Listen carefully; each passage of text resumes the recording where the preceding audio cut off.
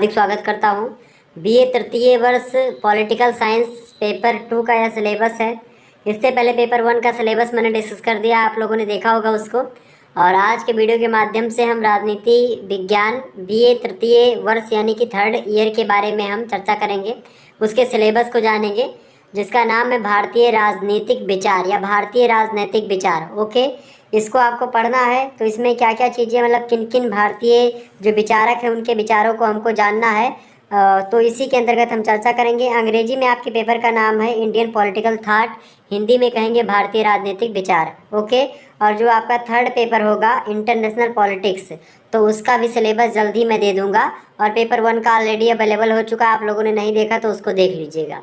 Okay, चलिए हम बताते हैं कि आखिरकार क्या क्या चीज़ें संकलित हैं आपके पाठ्यक्रम में। देख सकते हैं आप यहाँ पर BA 3rd year, okay, political science paper 2 new syllabus 2023, Indian political thought यानी भारतीय राजनीतिक विचार, इकाई 1, इकाई 2, इकाई 3, इकाई 4, यानी कि 4 इकाइयों में आपका पूरा का पूरा सिलेबस बटा हुआ है। सिलेबस ज़्यादा बड़ा नहीं है, लेकिन जब भी आप इन जो विचारक हैं उनके विचारों को पढ़ेंगे तो आपको थोड़ा सा लंबा लगेगा, लेकिन फिर भी मैं इसको आपको बड़े अच्छे तरीके से समझाने का प्रयास करूँगा। पहले से 2022 के जो मॉडल पेपर अवेलेबल हैं उनको एक बार देख लीजिएगा, आपको अंदाज़ा हो जाएगा कि कैसे कैसे प्रश्न आते हैं। और क्वेश्चन पेपर भी विभिन्न यूनिवर्सिटीज़ के द्वारा जो पूछे गए हैं उनको भी मैंने अपलोड कर दिया, तो आप लोग उसको भी देख लीजिएगा 2022 और 21 वाले पेपर्स। तो उससे बहुत ज़्यादा मदद मिलेगी आपको कि कैसे कैसे प्रश्न आते हैं। देखते हैं आपके पाठ्यक्रम में क्या क्या चीज़ें संकलित हैं, यानी कि कौन कौन से विचारक हैं, उनके विचारों को हमको पढ़ना है। देखिए, पहले विचारक आपके हैं मनु के बारे में हमको पढ़ना है। इसके बाद में भीष्म, कौटिल्य और शुक्र, ये सब प्राचीन विचारक हैं, भारतीय विचारक हैं खास करके। तो इनके विचार, मतलब जो इनके विचार हैं उन विचारों के बारे में हम चर्चा करेंगे।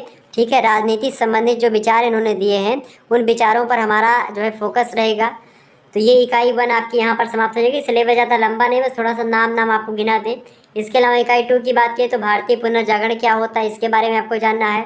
राजा राम मोहन राय का योगदान क्या रहा है भारतीय पुनर्जागरण में, और राजनीति के क्षेत्र में इन्होंने क्या क्या विचार दिए इनको समझना है। इसके बाद गोपाल कृष्ण गोखले के विचारों को समझना है, राजनीतिक विचार और भी जो सामाजिक पुनरुद्धार वाले जो विचार हैं उसको भी जानना है। इसके अलावा महादेव गोविंद रानाडे के विचारों पर चर्चा करेंगे। तो इस प्रकार से यहाँ पर चार यानी कि 8 आपके विचारक हो गए। ये लगभग मध्यकाल में आप देखिएगा जब मुस्लिम सत्ता जो है एकदम से हावी थी अपने भारत पर, उस समय के विचारक हैं। देखिए, इकाई 1 में जो 4 हैं ये प्राचीन काल के हैं, ठीक, यानी मनु, भीष्म, कौटिल्य और शुक्र, ये प्राचीन काल के विचारक हैं भारत के। इसके अलावा बात की इकाई 2 में जो संकलित हैं, ये जब मध्यकाल आया, यानी भारत पर जब मुगल कालीन सत्ता थी, चाहे वो दिल्ली सल्तनत की बात करूं या मुगल काल की बात करूं, तब यहाँ पर आप देखते हैं राजा राम मोहन राय, महादेव गोविंद रानाडे और गोपाल कृष्ण गोखले, इन लोगों ने एक प्रकार से भारतीय पुनर्जागरण किया, यानी कि भारत में विचारों की भरमार यानी एक प्रकार से आई, तो इन लोगों की क्रांति के द्वारा ही आई। तो इसको जानेंगे यानी कि मध्यकाल में। इसके बाद में आप देखिएगा इकाई 3 में जितने भी विचारक हैं आपके, ये ऐसे विचारक हैं जैसे बाल गंगाधर तिलक, अरविंदो घोष और स्वामी विवेकानंद। ये इस समय जब मुगल कालीन व्यवस्था एक प्रकार से थी ही, और साथ ही साथ आप देखेंगे अंग्रेज वगैरह भी आ रहे थे, तो ये उस समय के विचारक हैं, इनके बारे में भी हम चर्चा करेंगे। ठीक, इसके अलावा जो इकाई 4 है इनके विचारों के बारे में, यानी कि महात्मा गांधी जी, जवाहरलाल नेहरू, एम.एन. राय और जयप्रकाश नारायण। चूँकि महात्मा गांधी का योगदान बहुत ज़्यादा रहा है भारतीय स्वतंत्रता दिलाने में। इसके अलावा जवाहरलाल नेहरू भारत के जो है प्रथम प्राइम मिनिस्टर थे। इसके अलावा बात की जाए इनकी जेपी, मतलब कि एम.एन. राय की, बहुत महत्वपूर्ण भूमिका इन्होंने निभाया है। इसके अलावा बात की जाए जयप्रकाश नारायण की, इन्होंने स्वतंत्रता के बाद भी बहुत सारी चीज़ों की, ये स्वतंत्रता के बाद के आप देखेंगे 3 विचारक आपको मिलेंगे, और स्वतंत्रता दिलाने में इन लोगों ने भी योगदान दिया। लेकिन इनकी मतलब कि विचारक खास करके इनके बाद में जो विचार आए हैं वो स्वतंत्रता के बाद के विचार हैं, तो उसके बारे में महात्मा गांधी को छोड़ करके बाकी सभी विचार ठीक स्वतंत्रता प्राप्ति के बाद के विचार हैं।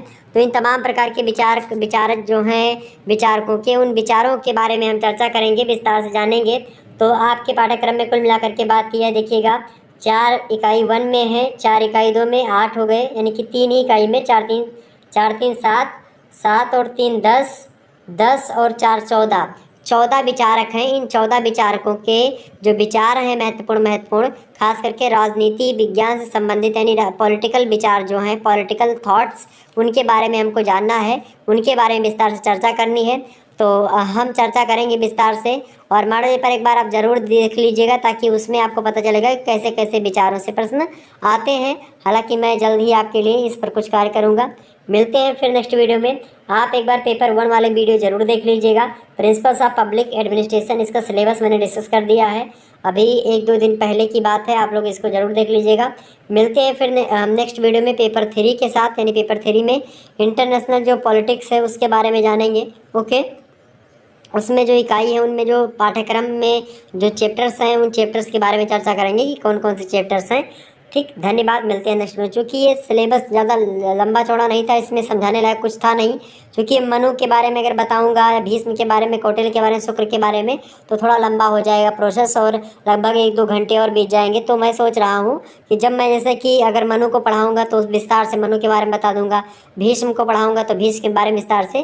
तो जब पढ़ेंगे तो हम विस्तार से चर्चा कर लेंगे, परेशान मत होइएगा। बाकी मैं लगभग इसके 2-3-4 मॉडल पेपर दे दूँगा, बस उतने में आपका काम हो जाएगा, आपको कहीं पर भटकने की आवश्यकता नहीं पड़ेगी। मिलते हैं नेक्स्ट वीडियो में, तब तक के लिए जय हिंद, जय भारत, धन्यवाद।